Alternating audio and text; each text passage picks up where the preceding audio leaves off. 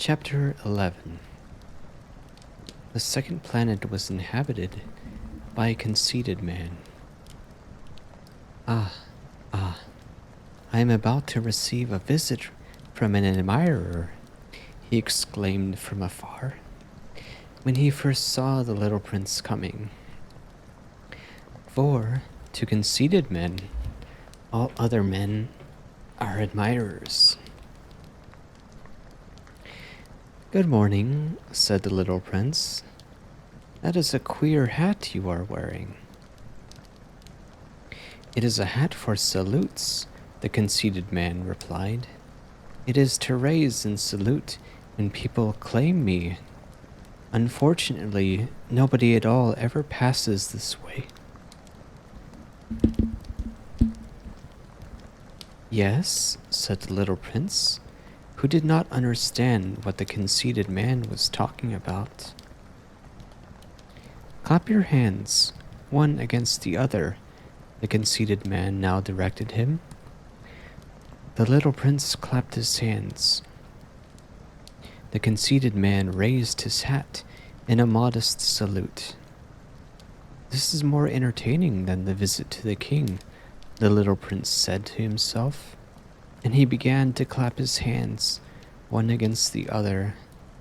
The conceited man raised his hat once again in salute.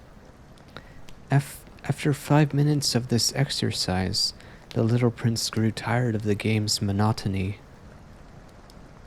And what should one do to make the hat come down? He asked. Hello, Talva. I'm doing well. How are you tonight? Good evening.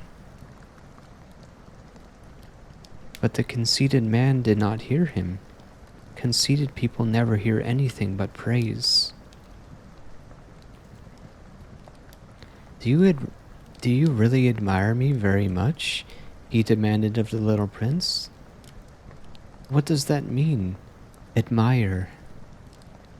To admire means that you regard me as the handsomest, the best dressed, the richest, and the most intelligent man on this planet. But you are the only man on your planet. Do me this kindness. Admire me just the same. I admire you, said the little prince, shrugging his shoulders slightly. But what is there in that to interest you so much? And the little prince went away. The grown-ups are certainly odd. Very odd, he said to himself, as he continued on his journey. Chapter 12. The next planet was inhabited by a tippler. This was a very short visit, but it plunged the little prince into deep dejection. What are you doing there? He said to the tippler, whom he found settled down in silence before a collection of empty bottles, and also a collection of full bottles. I am drinking, replied the tippler, with a lugubrious air. Why are you drinking? Demanded the little prince. So that I may forget, replied the tippler. Forget what? Inquired the little prince, who already was very sorry for him. Forget that I am ashamed, the tippler confessed, hanging his head. Ashamed of what? Insisted the little prince, who wanted to help him. Ashamed of drinking.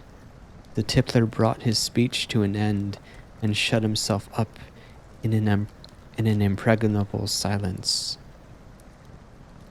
And the little prince went away, puzzled. The grown-ups are certainly very, very odd, he said to himself as he continued on his journey. Chapter 13. The fourth planet belonged to a businessman.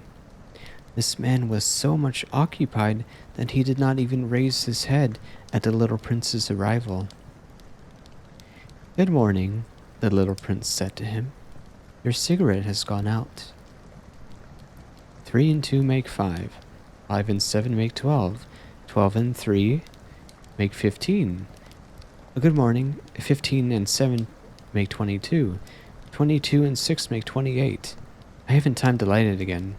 26 and 5 make 31. Phew! Then that makes 501,622,731. 500 million what? Asked the little prince. Eh? Are you still there? 501 million. I can't stop. I have so much to do. I am concerned with matters of consequence. I don't amuse myself with balderdash. 2 and 7 make 5. Or 2 and 5 make 7. 500 million, 1 million what? Repeated the little prince, who never in his life let go of a question once he had asked it. The businessman raised his head. During the 54 years that I have inhabited this planet, I have been disturbed only 3 times. The first time was 22 years ago, when some giddy goose fell from goodness knows where. He made the most frightful noise that resounded all over the place, and I made 4 mistakes in my addition. The second time, 11 years ago, I was disturbed by an attack of rheumatism. I don't get enough exercise. I have no time for loafing. The third time, well, this is it. I was saying, then, 501 millions. Millions of what? The businessman suddenly realized that there was no hope of being left in peace until he answered this question. Millions of those little objects, he said, which one sometimes sees in the sky. Flies? Oh, no. Little glittering objects. Bees? Oh, no. Little golden objects that set lazy men to idle dreaming. As for me, I am concerned with matters of consequence. There is no time for idle dreaming in my life. Ah, you mean the stars? Yes, that's it, the stars. And what do you do with 500 millions of stars? 501,622,731. I am concerned with matters of consequence. I am accurate. And what do you do with these stars? What do I do with them? Yes. Nothing. I own them. You own the stars? Yes. But I have already seen a king who... Kings do not own, they reign over. It is a very different matter. And what good does it do you to own the stars? It does me the good of making me rich. And what good does it do you to be rich? It makes it possible for me to buy more stars, if any are ever discovered. This man, the little prince said to himself, reasons a little like my poor tippler. Nevertheless, he still had some questions. How is it possible for one to own the stars? To whom do they belong? The businessman retorted peevishly. I don't know. To nobody. Then they belong to me, because I was the first person to think of it. Is that at all necessary? Certainly. When you find a diamond that belongs to nobody, it is yours. When you discover an island that belongs to nobody, it is yours. When you get an idea before anyone else, you take out a patent on it. It is yours. So with me, I own the stars because nobody else before me ever thought of owning them. Yes, that's true, said the little prince. And what do you do with them? I administer them, replied the businessman. I count them and recount them. It is difficult, but I am a man who is naturally interested in matters of consequence.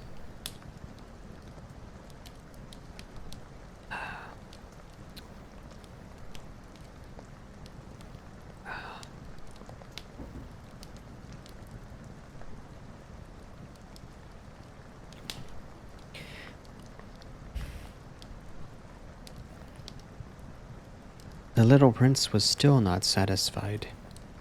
If I owned this silk scarf, he said, I could put it around my neck and take it away with me. If I owned the flower, I could pluck that flower and take it away with me.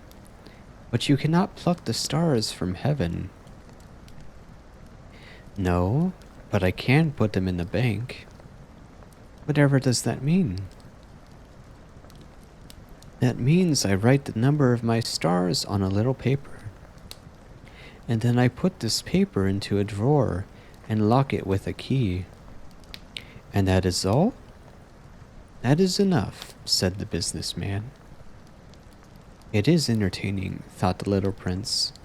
It is rather poetic, but it is of no great consequence. On matters of consequence, the little prince had ideas which were very different from those of grown-ups. I myself own a flower, he continued his conversation with the businessman, which I water every day. I own 3 volcanoes, which I clean out every week. It is of some use to my volcanoes, and it is of some use to my flower that I own them. But you are of no use to the stars.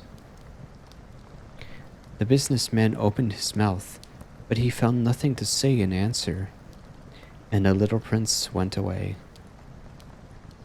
The grown-ups are certainly altogether extraordinary, he said simply, talking to himself as he continued his journey.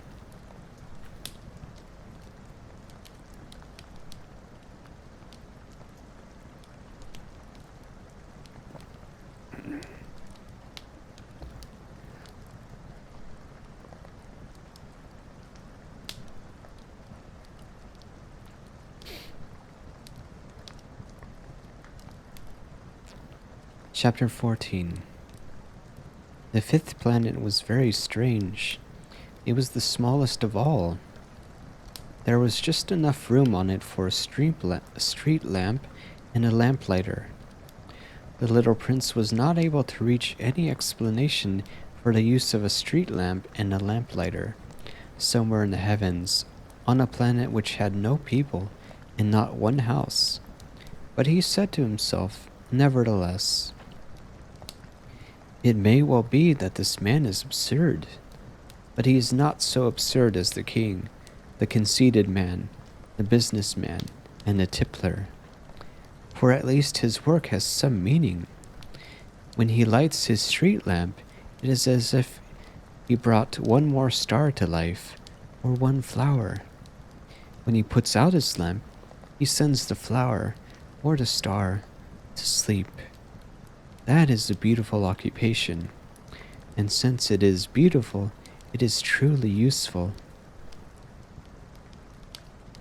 When he arrived on the planet, he respectfully saluted the lamplighter. Good morning. Why have you just put out your lamp?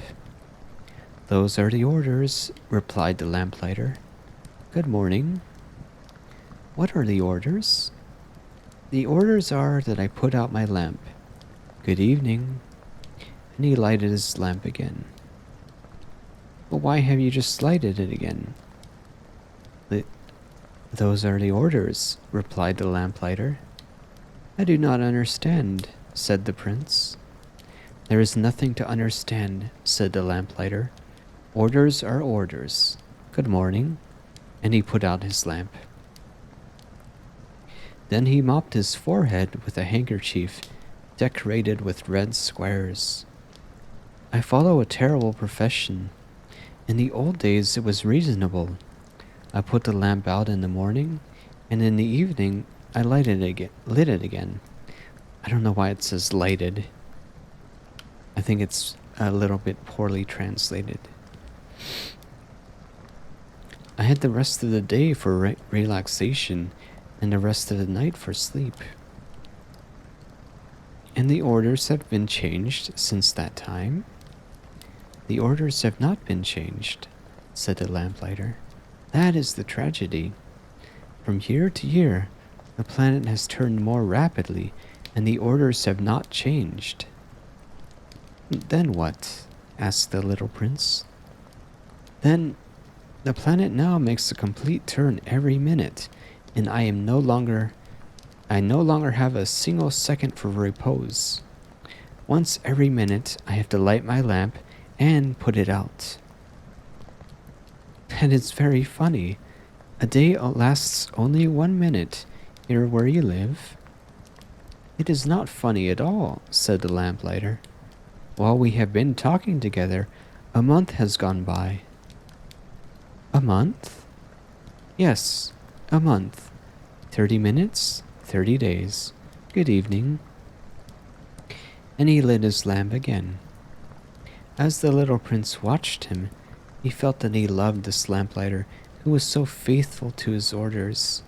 He remembered the sunsets, which he had himself gone to seek in other days, merely by pulling up his chair, and he wanted to help his friend. You know, he said, I can tell you a way you can rest whenever you want to. I always want to rest, said the lamplighter. For it is possible for a man to be faithful and lazy at the same time. Your planet is so small that 3 strides will take you all the way around it. To be always in the sunshine, you need only walk along rather slowly. When you want to rest, you will walk, and the day will last as long as you like. That doesn't do me much good, said the lamplighter. The one thing I love in life is to sleep. Then you're unlucky, said the little prince. I am unlucky, said the lamplighter. Good morning. And he put out his lamp. That man, said the little prince to himself as he continued farther on his journey, that man would have been scorned by all the others, by the king, by the conceited man. Hi, Chikiro, and I hope the same for you. Thank you. By the king, by the conceited man, by the tippler, by the businessman. Nevertheless, he is the only one of them all who does not seem to me ridiculous. Perhaps that is because he is thinking of something else besides himself. He breathed a sigh of regret and said to himself again, that man is the only one of them all whom I could have made my friend. But his planet is indeed too small. There is no room on it for 2 people. What the little prince did not dare confess was that he was sorry most of all to leave this planet because it was blessed every day with 1,440 sunsets. Wow. Hmm.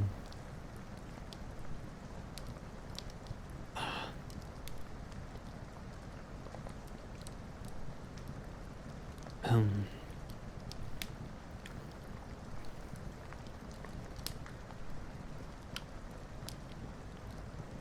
Oh.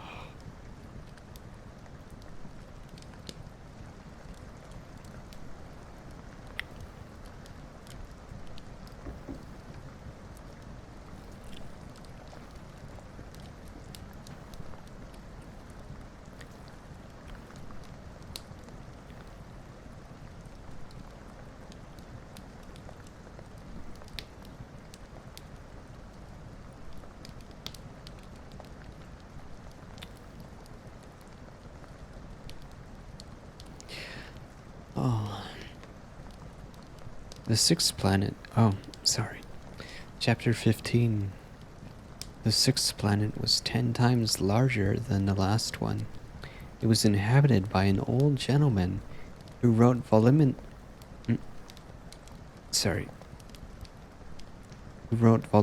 books.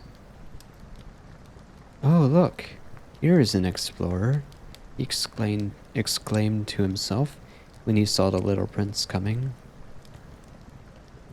The little prince sat down on the table and panted a little. He had already traveled so far, and Where do you come from? The old gentleman said to him. What is that big book? Said the little prince. What are you doing? I am a geographer, the old gentleman said to him. What is a geographer? Asked the little prince. A geographer is a scholar who knows the locations of all the seas, rivers, towns, mountains, and deserts. That is very interesting, said the little prince. Here, at last, is a man who has a real profession.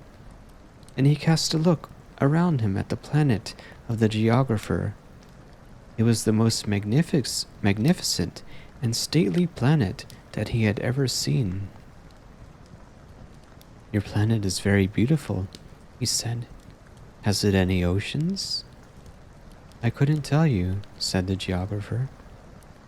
Ah, the little prince was disappointed. Has it any mountains? I couldn't tell you, said the geographer. And towns, and rivers, and deserts? I couldn't tell you that either. But you are a geographer. Exactly, the geographer said. But I am not an explorer. I haven't a single explorer on my planet. It is not the geographer who goes out to count the towns, the rivers, the mountains, the seas, the oceans, and the deserts. The geographer is much too important to go loafing about. He does not leave his desk, but he receives the explorers in his study. He asks them questions, and he notes down what they recall of their travels. And if the recollections of any one of them seems interesting to him, the geographer orders an inquiry into that explorer's moral character.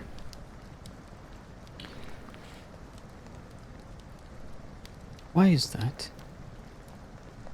Oh, hold on. Let me fix this.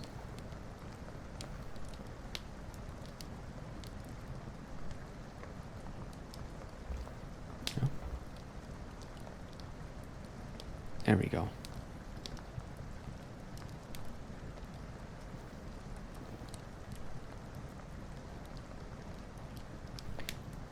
The geographer orders an inquiry into that explorer's moral character. Why is that? Because an explorer who told lies would bring disaster on the books of the geographer. So would an explorer who drank too much. And why is that? Asked the little prince. Because intoxicated men see double. Then the geographer would note down 2 mountains in a place where there was only 1. I know someone, said the little prince, who would make a bad explorer. That is possible, then. When the moral character of the explorer is shown to be good, an inquiry is ordered into his discovery. One goes to see it? No, that would be far too complicated. But one requires the explorer to furnish proofs. For example, if the discovery in question is that of a large mountain, one requires that large stones be brought back from it. The geographer was suddenly stirred to excitement. But you come from far away. You are an explorer. You shall describe your planet to me. And having opened his big register, the geographer sharpened his pencil. The recitals of explorers are put down first in pencil. One waits until the explorer has furnished proofs before putting them down in ink. Well, said the geographer expectantly. Oh, where I live, said the little prince, it is not very interesting. It is all so small. I have 3 volcanoes. 2 volcanoes are active, and the other is extinct. But one never knows. One never knows, said the geographer. I also have a flower, We do not record flowers, said the geographer. Why is that? The flower is the most beautiful thing on my planet. We do not record them, said the geographer, because they are ephemeral. Ephemeral. What does that mean, ephemeral? Geographies, said the geographer, are the books which of all books are most concerned with matters of consequence. They never become old-fashioned. It is very rarely that a mountain changes its position. It is very rarely that an ocean empties itself of its waters. We write of eternal things. But extinct volcanoes may come to life again, the little prince interrupted. What does that mean, ephemeral?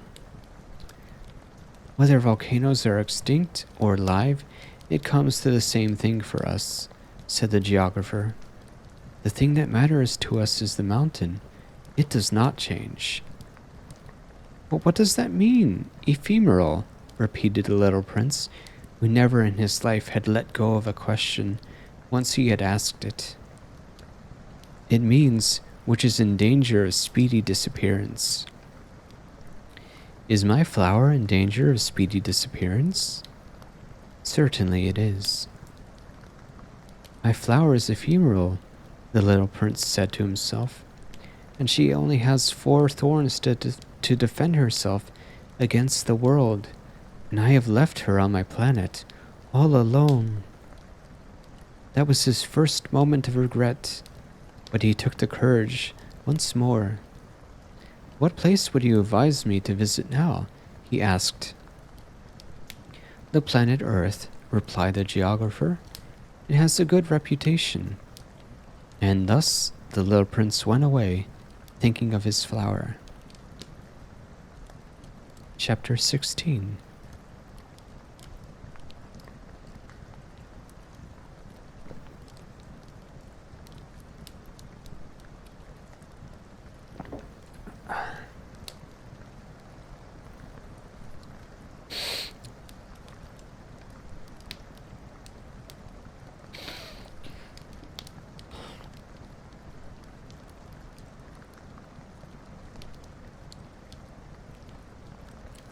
So then, the 7th planet was Earth. The Earth is not just an ordinary planet.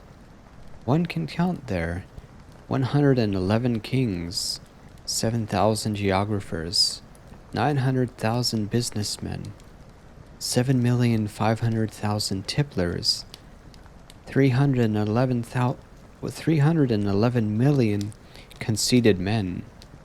That is to say, about 2 billion grown-ups. To give you an idea of the size of Earth, I will tell you that before the invention of electricity, it was necessary to maintain over the whole of the 6 continents a veritable army of 462,511 lamplighters for the street lamps. Seen from a slight distance, that would make a splendid spectacle.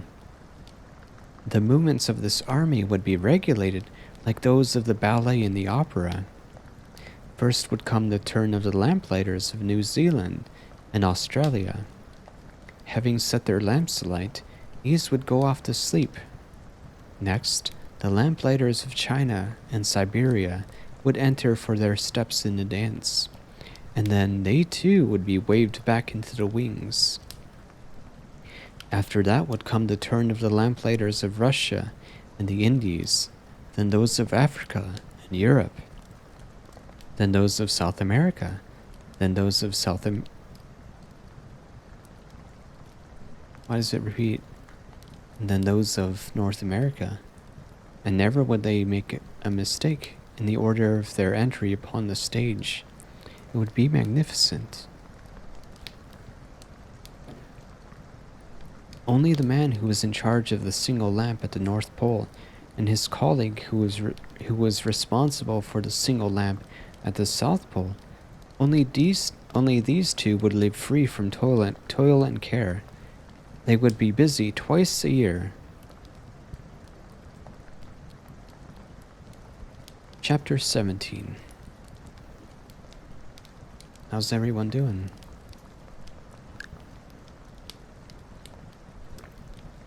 I'm gonna step away for a moment and get some more water.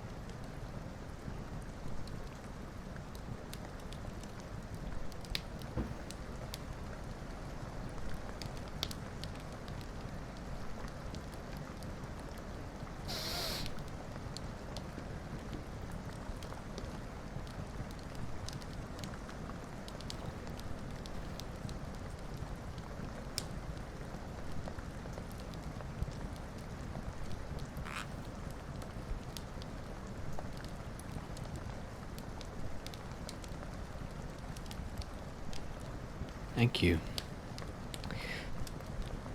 Oh. Okay then, let's continue. Chapter 17. When one wishes to play the wit, he sometimes wanders a little from the truth. I have not been altogether honest in what I have told you about the lamplighters, and I realize that I run the risk of giving a false idea of our planet to those who do not know it. Men occupy a very small space upon the earth. If the 2 billion inhabitants who people its surface were all to stand upright and be somewhat crowded together, as they do for some big public assembly, they could easily be put into one public square 20 miles long and 20 miles wide. All of humanity could be piled up on a small Pacific islet. The grown-ups, to be sure, will not believe you when they tell you that, when you tell them that. Hello, Ranger. Good evening. They imagine that they fill a great deal of space. They fancy themselves as important as the bail bombs. You should advise them, then, to make their own calculations. They adore figures, and that will please them. But do not waste your time on this extra task. It is unnecessary. You have, I know, confidence in me. When the little prince arrived on Earth, he was very much surprised not to see any people. He was beginning to be afraid he had come to the wrong planet, when a coil of gold, the color of the moonlight, flashed across the sand. "Good evening," said the little prince courteously. "Good evening," said the snake. "What planet is this on which I have come down?" asked the little prince. "This is the Earth. This is Africa," the snake answered. "Ah, then there are no people on the Earth?" "This is the desert. There are no people in the desert." "The Earth is large," said the snake. The little prince sat down on a stone and raised his eyes toward the sky. I wonder, he said, whether the stars are set alight in heaven, so that one day each of us may find his own again. Look at my planet. It is right there, above us, but how far away it is. It is beautiful, said the snake. What has brought you here? I've been having some trouble with the flower, said the little prince. Ah, said the snake. And they were both silent. Where are the men? The little prince at last took up the conversation again. It is a little lonely in the desert. It is also lonely among men, the snake said. The little prince gazed at him for a long time. You are a funny animal, he said at last. You are no thicker than a finger. But I am more powerful than the finger of a king, said the snake. The little prince smiled. You are not very powerful. You haven't even any feet. You cannot even travel. I can carry you farther than any ship could take you, said the snake. He twined himself around the little prince's ankle like a golden bracelet. Whomever I touch, I send back to the earth from whence he came. The snake spoke again. But you are innocent and true. You come from a star. The little prince made no reply. You move me to pity. You are so weak on this earth made of granite, the snake said. I can help you someday. If you grow too homesick for your own planet, I can... Oh, I understand you very well, said the little prince. But why do you always speak in riddles? I solve them all, said the snake. And they were both silent. Chapter 18. The little prince crossed the desert and met with only one flower. It was a flower with 3 petals, a flower of no account at all. Good morning, said the little prince. Good morning, said the flower. Where are the men? The little prince asked politely. The flower had once seen a caravan passing. Men, she echoed. I think there are 6 or 7 of them in existence. I saw them several years ago, but one never knows where to find them. The wind blows them away. They have no roots, and that makes their life very difficult. Goodbye, said the little prince. Goodbye, said the flower. Chapter 19. After that, the little prince climbed a high mountain. The only mountains he had ever known were the 3 volcanoes, which came up to his knees, and he used the extinct volcano as a footstool. From a mountain as high as this one, he said to himself, I shall be able to see the whole planet at one glance, and all the people. But he saw nothing, save peaks of rocks that were sharpened like needles. Good morning, he said courteously. Good morning, good morning, good morning, answered the echo. Who are you? Said the little prince. Who are you? Who are you? Who are you? Answered the echo. Be my friends. I am all alone, he said. I am all alone, all alone, all alone, answered the echo. What a queer planet, he thought. It is altogether dry, and altogether pointed, and altogether harsh, and forbidding. And the people have no imagination. They repeat whatever one says to them. On my planet, I had a flower. She was always the first to speak.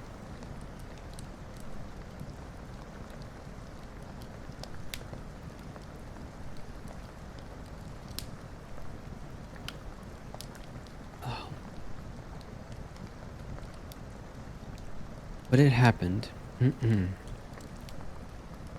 Sorry. Chapter 20. But it happened that after walking for a long time through sand and rocks and snow, the little prince at last came upon a road, and all roads lead to the abodes of men. "Good morning," he said. He was standing before a garden, all abloom with roses. "Good morning," said the roses. The little prince gazed at them. They all looked like his flower. "Who are you?" he demanded, thunderstruck. "We are roses," the roses said. And he was overcome with sadness. His flower, who had told him that she was the only one of her kind in all the universe, and here were 5,000 of them, all alike, all in one single garden. She would be very much annoyed, he said to himself, if she should see that she would cough most dreadfully, and she would pretend she was dying to avoid being laughed at. And I should be obliged to pretend that I was nursing her back to life, for if I did not do that, to humble myself also, she would really allow herself to die.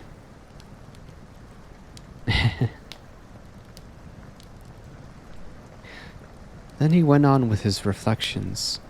I thought that I was rich, with a flower that was unique in all the world, and all I had was a common rose and 3 volcanoes that would come up to my knees, and one of them perhaps extinct forever.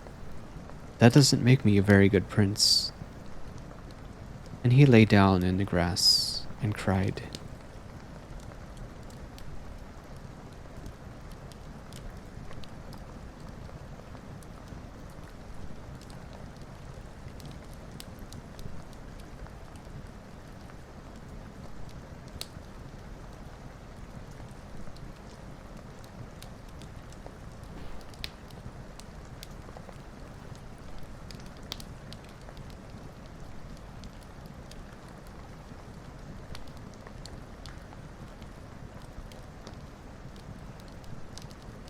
Okay.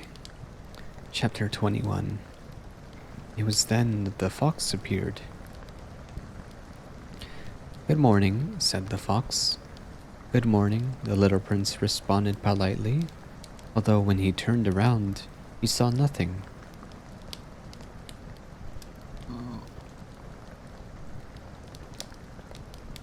"I'm right here," the voice said, "under the apple tree." "Who are you?" asked the little prince, and added, "You are very pretty to look at." "I am a fox," said the fox. "Come and play with me," proposed the little prince. "I am so unhappy." "I cannot play with you," the fox said. "I am not tamed."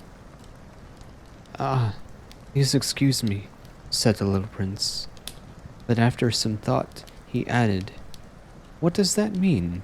Tame?" "You do not live here," said the fox. "What is it that you are looking for?" "I am looking for men," said the little prince. "What does that mean? Tame?" "Men," said the fox. "They have guns and they hunt. It is very disturbing. They also raise chickens. These are their only interests. Are you looking for chickens?" "No," said the little prince. "I am looking for friends." "What does that mean? Tame?" "It is an act too often neglected," said the fox. "It means to establish ties." "To establish ties?" "Just that," said the fox. "To me, you are still nothing more than a little boy who is just like 100,000 other little boys, and I have no need of you. And you, on your part, have no need of me. To you, I am nothing more than a fox like 100,000 other foxes. But if you tame me, then we shall need each other. To me, you will be unique in all the world. To you, I shall be unique in all the world." "I am beginning to understand," said the little prince. "There is a flower. I think she has tamed me. It is possible, said the fox. On the earth, one sees all sorts of things. Oh, but this is not on the earth, said the little prince. The fox seemed perplexed and very curious. On another planet? Yes. Are there hunters on this planet? No. Ah, that is interesting. Are there chickens? No. Nothing is perfect, sighed the fox. But he came back to his idea. My life is very monotonous, the fox said. I hunt chickens, men hunt me. All the chickens are just alike, and all the men are just alike. And in consequence, I am a little bored. But if you tame me, it will be as if the sun came to shine on my life. I shall know the sound of a step that will be different from all the others. Other steps send me hurrying back underneath the ground. Yours will call me, like music, out of my burrow. And then look, you see the grain fields down yonder? I do not eat the bread. Wheat is of no use to me. The wheat fields have nothing to say to me, and that is sad. But you have hair that is the color of gold. Think how wonderful that will be when you have tamed me. The grain, which is also golden, will bring me back to the thought of you, and I shall love to listen to the wind and the wheat. The fox gazed at the prince for a long time. Please, tame me, he said. I want to, very much, the little prince replied, but I have not much time. I have friends to discover, and a great many things to understand. One only understands the things that one tames, said the fox. Men have no time to understand anything. They buy things already made at the workshops, but there is no shop anywhere one can buy friendship, and so men have no friends anymore. If you want a friend, tame me. What must I do to tame you?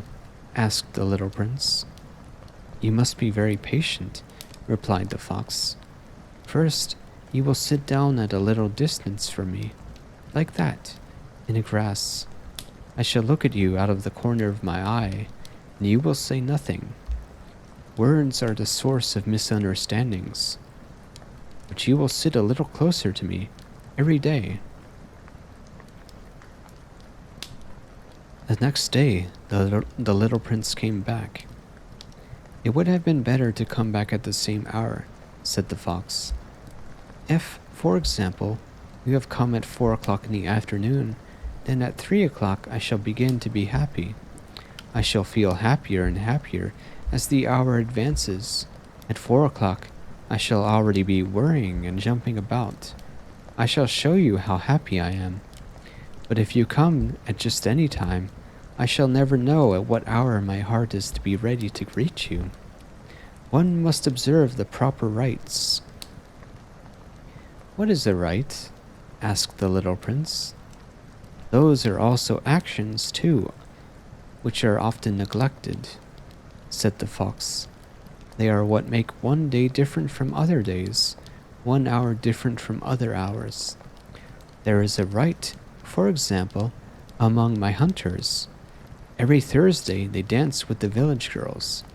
So Thursday is a wonderful day for me. I can take a walk as far as the vineyards. But if the hunters danced at just any time, every day would be like every other day, and I should not have any vacation at all. So the little prince tamed the fox, and when the hour of his departure drew near, "Ah," said the fox, "I shall cry." "It is your own fault," said the little prince. "I never wished you any sort of harm, but you wanted me to tame you." "Yes, that is so." "But now you are going to cry," said the little prince. "Yes, that is so." "Then it has done you no good at all." "It has done me good," said the fox, "because of the color of the wheat fields." And then he added, Go and look at the roses again. You will understand now that yours is unique in all the world. Then come back to say goodbye to me, and I will make you a present of a secret." The little prince went away to look again at the roses. "You are not at all like my rose," he said. "As yet you are nothing. No one has tamed you, and you have tamed no one. You are like my fox when I first knew him. He was only a fox, like 100,000 other foxes, but I have made him my friend, and now he is unique in all the world." And the roses were very much embarrassed. "You are very beautiful, but you are empty," he went on. "One could not die for you. To be sure, an ordinary passerby would think that my rose looked just like you, the rose that belongs to me, but in herself alone, she is more important than all of the hundreds of you other roses, because it is that she that I have watered, because it is she that I have put under the glass globe, because it is she that I have sheltered behind the screen, because it is for her that I have killed the caterpillars, because it is she that I have listened to when she grumbled or boasted, or even sometimes when she said nothing, because she is my rose." And he went back to meet the fox. "Goodbye," he said. "Goodbye," said the fox. "And now here is my secret, a very simple secret. It is only with the heart that one can see rightly what is essential is invisible to the eye." "What is essential is invisible to the eye?" the prince repeated so that he would be sure to remember. "It is the time you have wasted for your rose that makes your rose so important." "It is the time I have wasted for my rose," said the little prince, so that he would be sure to remember. "Men have forgotten this truth," said the fox, "but you must not forget it. You become responsible forever for what you have tamed. You are responsible for your rose." "I am responsible for my rose," the little prince repeated, so that he would be sure to remember. Chapter 22.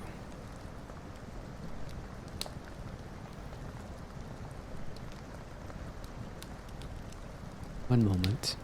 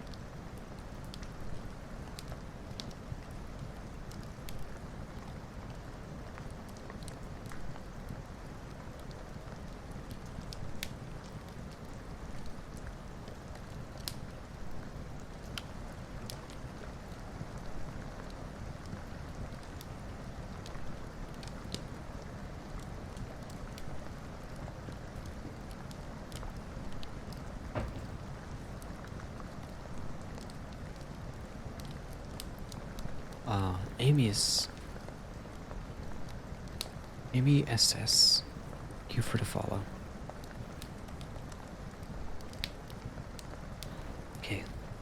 Sorry about that. Chapter 22. Good morning, said the little prince. Good morning, said the railway switchman. What do you do here? The little prince asked. I sort out travelers in bundles of 1,000, said the switchman. I send off the trains that carry them, now to the right, now to the left.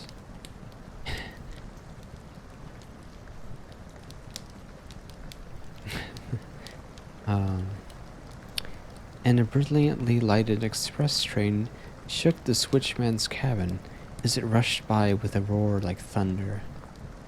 They are in a great hurry, said the little prince. What are they looking for? Not even the locomotive engineer knows that, said the switchman. And a second brilliantly lighted express thundered by in the opposite direction. Are they coming back already? Demanded the little prince. These are not the same ones, said the switchman. It is an exchange. Were they not satisfied where they were? Asked the little prince. No one is ever satisfied where he is, said the switchman. And they heard the roaring thunder of a third brilliantly lighted express. Are they pursuing the first travelers? Demanded the little prince. They are pursuing nothing at all, said the switchman. They are asleep in there, or if they are not asleep, they are yawning. Only the children are flattening their noses against the window panes. Only the children know what they are looking for, said the little prince. They waste their time over a rag doll, and it becomes very important to them. If anybody takes it away from them, they cry. They are lucky, said the switchman.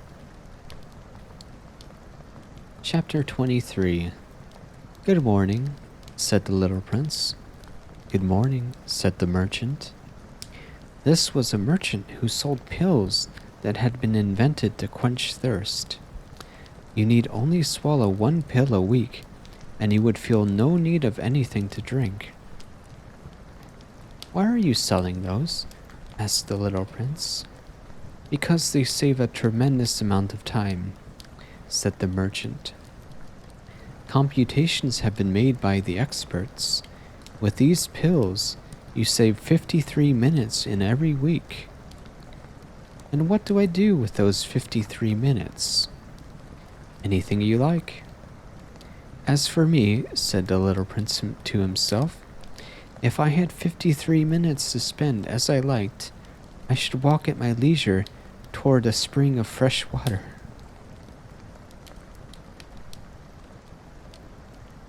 Chapter 24.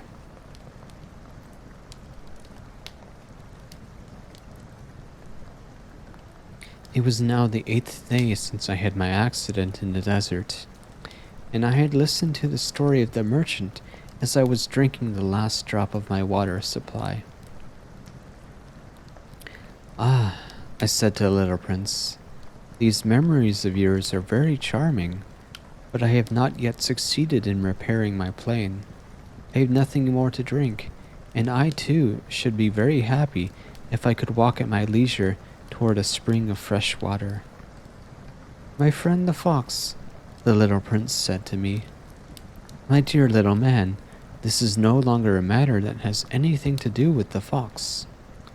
Why not? Because I am about to die of thirst. He did not follow my reasoning, and he answered me, it is a good thing to have a friend, even if one is about to die. I, for instance, am very glad to have had a fox as a friend. He has no way of guessing the danger, I said to myself. He has never been either hungry or thirsty. A little sunshine is all he needs. Then he looked at me steadily and replied to my thought. I am thirsty too. Let us look for a well. I made a gesture of weariness. It is absurd to look for a well at random in the immensity of the desert, but nevertheless we started walking. When we had trudged along for several hours in silence, the darkness fell, and the stars began to come out. Thirst had made me a little feverish, and I looked at them as if I were in a dream. I hope they can find some water as well. The little prince's words came reeling back into my memory. "Then you are thirsty too?" I demanded. But he did not reply to my question. He merely said to me, "Water may also be good for the heart." I did not understand this answer, but I said nothing. I knew very well that it was impossible to cross-examine him. He was tired. He sat down. I sat down beside him. And, after a little silence, he spoke again. "The stars are beautiful because of a flower that cannot be seen." I replied, "Yes, that is so." And without saying anything more, I looked across the ridges of sand that were stretched out before us in the moonlight. "The desert is beautiful," the little prince added. And that was true. I have always loved the desert. One sits down on a desert sand dune, sees nothing, hears nothing, yet through the silence something throbs and gleams. "What makes the desert beautiful," said the little prince, "is that somewhere it hides a well." I was astonished by a sudden understanding of that mysterious radiation of the sands.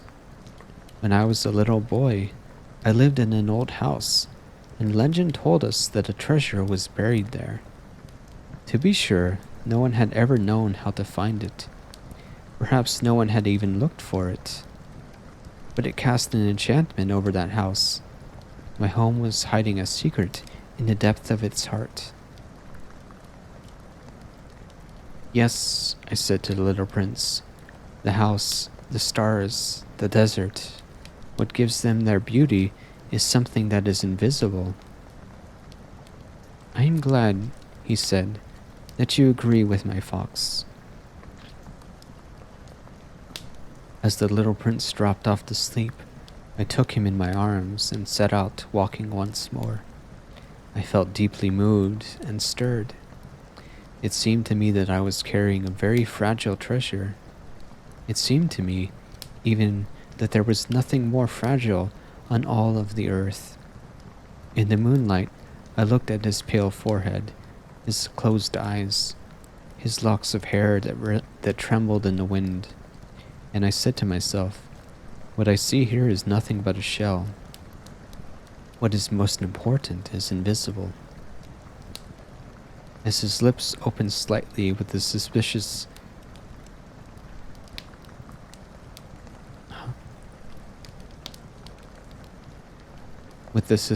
of a half smile, I said to myself again, "What moves me so deeply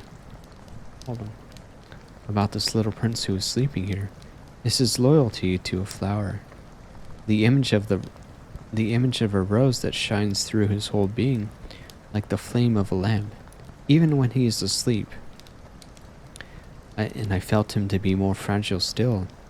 I felt the need of protecting him, as if he himself were a flame that might be extinguished by a little puff of wind.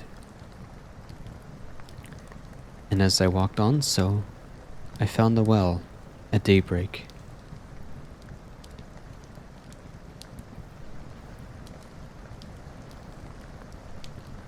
Chapter 25.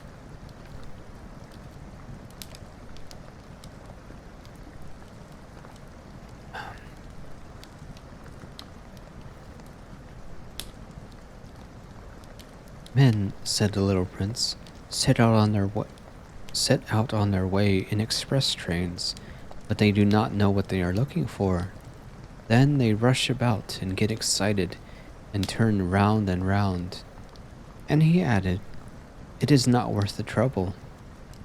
The well that we had come to was not like the wells of the Sahara. The wells of the Sahara are mere holes dug in the sand. This one was like a well in a village, but there was no village here, and I thought I must be dreaming. It is strange, I said to the little prince. Everything is ready for use. The pulley, the bucket, the rope. He laughed, touched the rope, and set the pulley to working. And the pulley moaned like an old weather vane, which the wind has long since forgotten. Do you hear? Said the little prince. We have wakened the well, and it is singing. I did not want him to tire himself with the rope. Leave it to me, I said. It is too heavy for you. I hoisted the bucket slowly to the edge of the well and set it there, happy, tired as I was, over my achievement. The song of the pulley was still in my ears, and I could see the sunlight shimmer in the still trembling water. I swearly, I am thirsty for this water, said the little prince. Give me some of it to drink. And I understood what he had been looking for. I raised the bucket to his lips. He drank, his eyes closed. It was as sweet as some special festival treat. This water was indeed a different thing from ordinary nourishment. Its sweetness was born of the walk under the stars, the song of the pulley, the effort of my arms. It was good for the heart, like a present. When I was a little boy, the lights of the Christmas tree, the music of the midnight mass, the tenderness of smiling faces used to make up, so, the radiance of the gifts I received.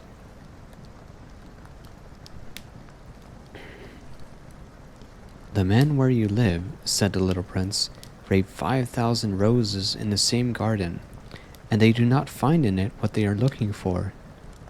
They do not find it, I replied. And yet, what they are looking for could be found in one single rose, or in a little water. It's where I usually stream around this time. I usually begin around 10 p.m. EST. Most nights.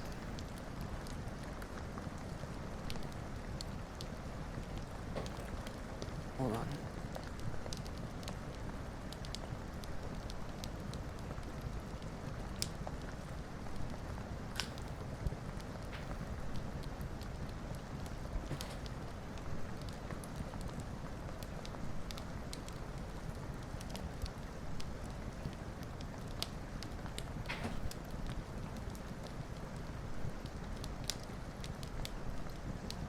Hello, Lily.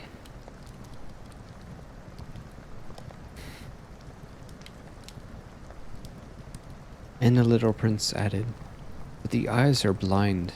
One must look with the heart. I had drunk the water. I breathed easily.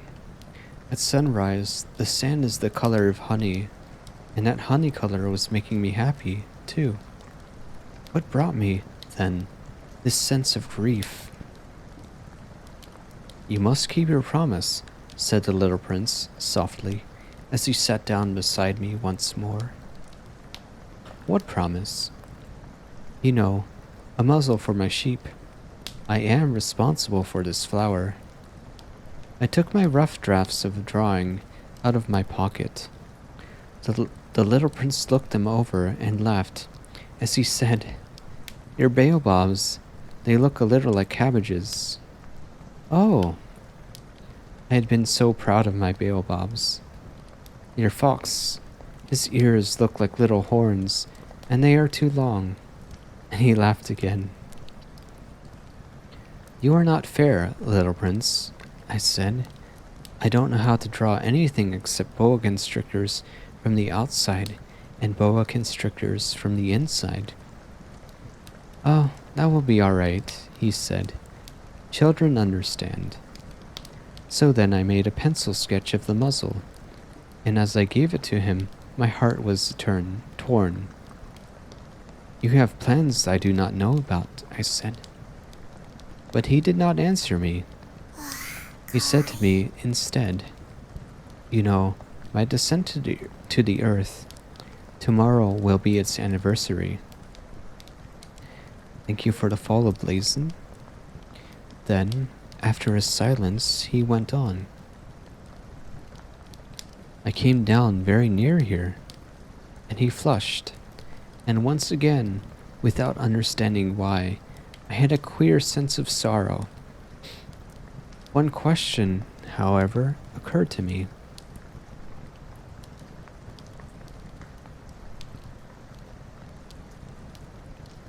Then it was not by chance that on the morning when I first met you, a week ago, you were strolling along like that, all alone, 1,000 miles from any inhabited region. You were on your way back to the place where you landed? The little prince flushed again, and I added, with some hesitancy, Perhaps it was because of the anniversary? The little prince flushed once more. He never answered questions, but when one flushes, does that not mean yes? Ah, I said to him, I am a little frightened. But he interrupted me. Now you must work. You must return to your engine. I will be waiting for you here. Come back tomorrow evening. But I was not reassured. I remember the fox. One runs the risk of weeping a little if one lets himself be tamed. Chapter 26. Beside the well, there was the ruin of an old stone wall. When I came back from my work the next evening, I saw from some distance away my little prince sitting on top of a wall, with his feet dangling. And I heard him say, Then you don't remember. This is not the exact spot. Another voice must have answered him, for he replied to it. Yes, yes, it is the right day, but this is not the place. I continued my walk toward the wall. In no time did I see or hear anyone. The little prince, however, replied once again. Exactly. You will see where my track begins, in the sand. You have nothing to do but wait for me there. I shall be there tonight. I was only 20 meters from the wall, and still I saw nothing. After a silence, the little prince spoke again. You have good poison? You are sure that it will not make me suffer too long? I stopped in my tracks, my heart torn asunder, but still I did not understand. Now go away, said the little prince. I want to get down from the wall. I dropped my eyes, then, to the foot of the wall, and I leapt into the air. There, before me, facing the little prince, was one of those yellow snakes that take just 30 seconds to bring your life to an end. Even as I was digging into my pocket to get out my revolver, I made a running step back. But at the noise I made, the snake let itself flow easily across the sand, like the dying spray of a fountain, and, in no apparent hurry, disappeared with a light metallic sound among the stones. I reached the wall just in time to catch my little man in my arms. His face was white as snow. What does this mean? I demanded. Why are you talking with snakes? I had loosened the golden muffler that he always wore. I had moistened his temples and had given him some water to drink. And now I did not dare ask him any more questions. He looked at me very gravely and put his arms around my neck. I felt his heart beating like the heart of a dying bird, shot with someone's rifle. I am glad that you have found what was the matter with your engine, he said. Now you can go back home. Good night, Hikari.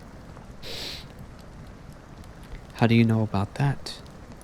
I was just coming to tell him that my work had been successful, beyond anything that I had dared to hope. He made no answer to my question, but he added, I, too, am going back home today.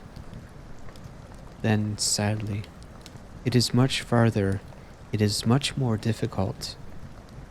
I realized clearly that something extraordinary was happening.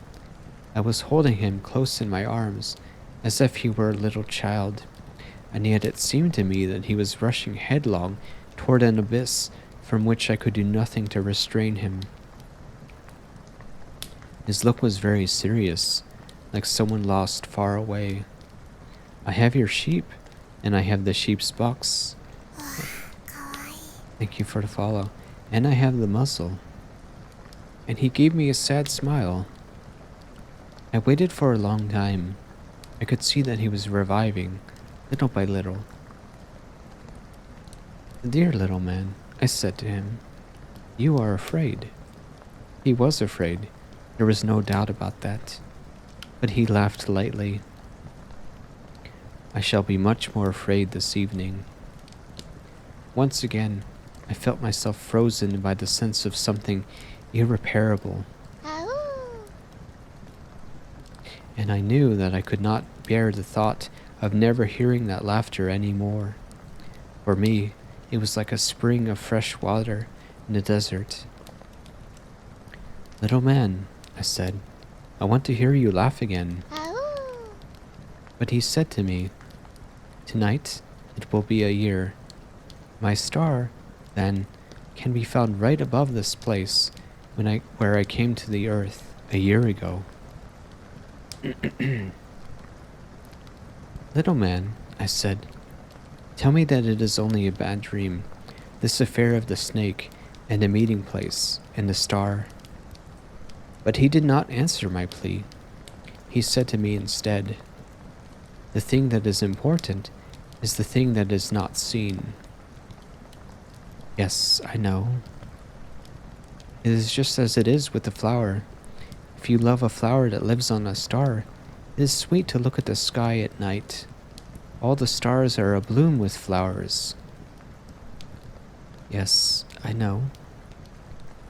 It is just as it is with water. Because of the pulley and the rope, what you gave me to drink was like music. You remember how good it was? Yes, I know. And at night you will look up at the stars. Where I live, everything is so small that I cannot show you where my star is to be found. It is better like that. My star will just be one of the stars for you, and so you will love to watch all the stars in the heavens, and they will be all your friends. And besides, I am going to make you a present. He laughed again. Ah, little prince. Dear little prince, I love to hear that laughter. That is my present, just that. It will be as it was when we drank the water. What are you trying to say? All men have stars, he answered, but they are not the same things for different people. For some who are travelers, the stars are guides. For others, they are no more than little lights in the sky. For others, who are scholars, they are problems.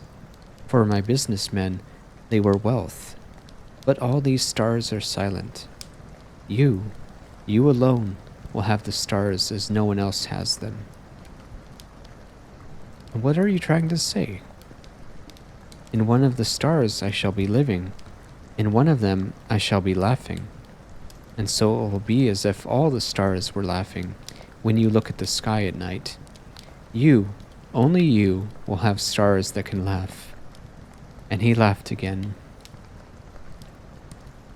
And then, and when your sorrow is comforted, you will be content that you have known me. You will always be my friend. You will want to laugh with me, and you will sometimes open your window. So, for that pleasure, and your friends will be properly astonished to see you laughing as you look up at the sky.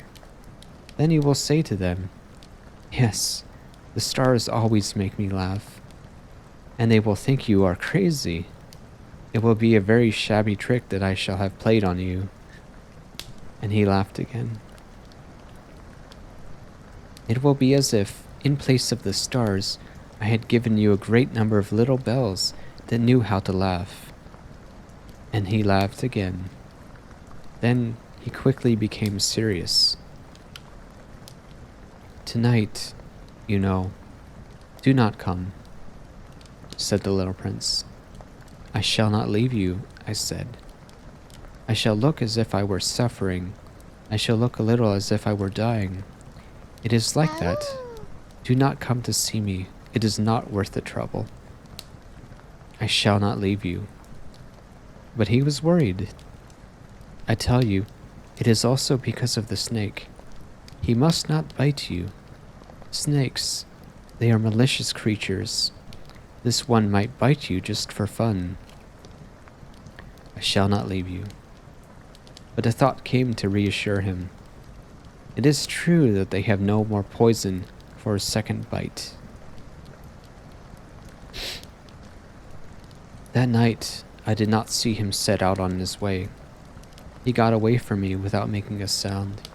When I succeeded in catching up with him, he was walking along with a quick and resolute step. He said to me merely, "Ah, you are there," and he took me by the hand, but he was still worrying. "It was wrong of you to come. You will suffer. I shall look as if I were dead, and that will not be true." I said nothing. "You understand, it is too far. I cannot carry this body with me. It is too heavy." I said nothing. "But it will be like an old abandoned shell. There is nothing sad about shells." I said nothing. He was a little discouraged, but he made one more effort. "You know, it will be very nice. I, too, shall look at the stars. All the stars will be wells with rusty pulley. All the stars will pour out fresh water for me to drink." I said nothing. "That will be so amusing.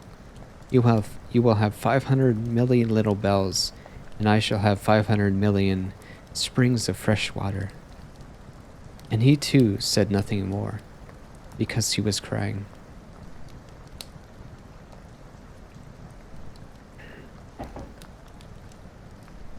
Here it is. Let me go on by myself. And he sat down, because he was afraid. Then he said again, "No problem, Cinna.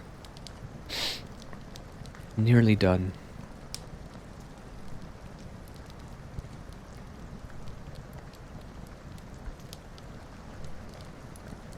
"You know, my flower, I am responsible for her, and she is so weak.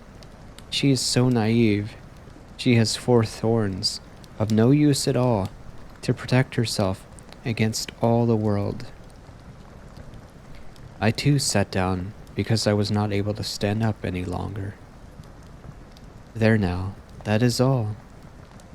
He hesitated a little, then he got up. He took one step. I could not move. There was nothing but a flash of yellow close to his ankle. He remained motionless for an instant. He did not cry out. He fell as gently as a tree falls. There was not even any sound because of the sand.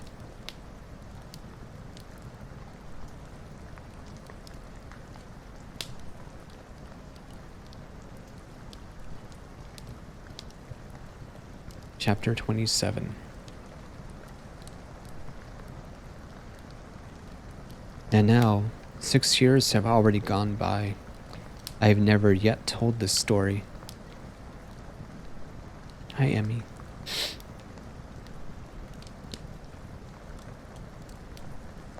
Have a good night, Cinna. The companions who met me on my return were well content to see me alive. I was sad, but I told them, I'm tired.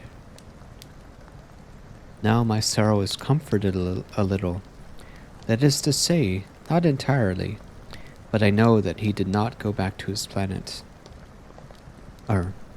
But I know that he did go back to his planet, because I did not find his body at daybreak. It was not such a heavy body, and at night I love to listen to the stars. It is like 500 million little bells. But there is one extraordinary thing. When I drew the muzzle for the little prince, I forgot to add the leather strap to it. He will never have been able to fasten it on his sheep. So now I keep wondering, what is happening on his planet? Perhaps the sheep has eaten the flower. At one time I say to myself, surely not. The little prince shuts his flower under her glass globe every night, and he watches over his sheep very carefully. Then I am happy, and there is sweetness in the laughter of all the stars. But at another time I say to myself, at some moment or what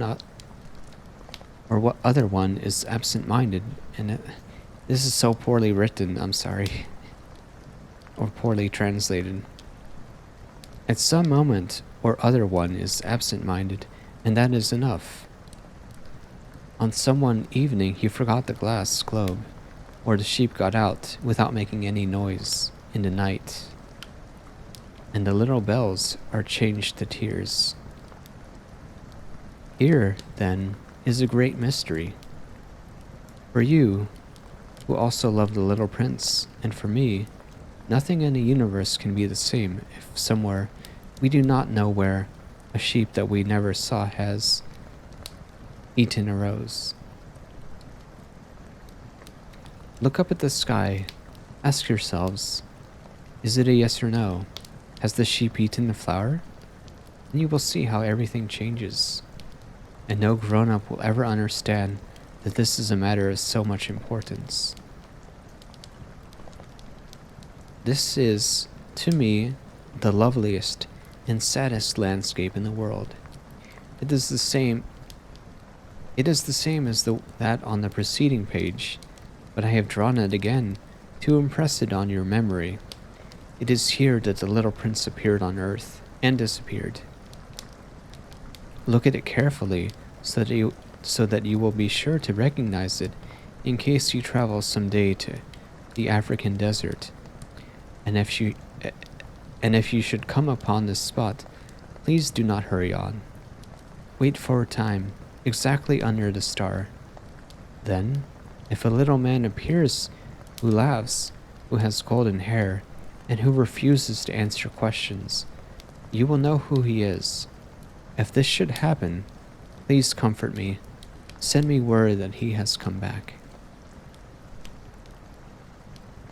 And that is the end. I enjoyed that story. I think it was not very well translated from its original language in this version of the book, but I was still able to understand and read most of it, even though at times it was somewhat difficult. But I believe it was written by a French author, I think. So that would explain some of the difficulty in translating it. But thank you for listening to me read. I enjoyed it a lot. Hope you guys found it nice and relaxing. I'm not sure what to do now. Oh, if you guys have any stories that you would like me to read, I would love to hear your suggestions. Candy, thank you for the follow. I do have a list of other short stories that I'd like to read. But Oh. if you guys have any ideas at all, please let me know, and I'd be happy to look into them. I would appreciate it. Also, if you're new here and you'd like to join the Discord, please consider doing so. But yeah, I don't know what to do now. I might... I think I might just end here, actually. Yeah. I don't feel like playing any games at the moment, so I think we'll just end the stream here tonight. And then tomorrow, I'll probably stream some art and Elden Ring. So yeah. Candy284 is just subscribed. Oh, Candy, thank you for subbing with Prime. Thank you. Enjoy your sub badge and your emotes. Thank you so much. So for now, I'll wish you all a good night. Thank you for watching. I'll see you all tomorrow. Have a good night, everyone. And again, join the Discord if you'd like. Follow me on my socials. Twitter, YouTube, TikTok, and Discord. And I'll see you guys tomorrow. Good night, everyone. Good night.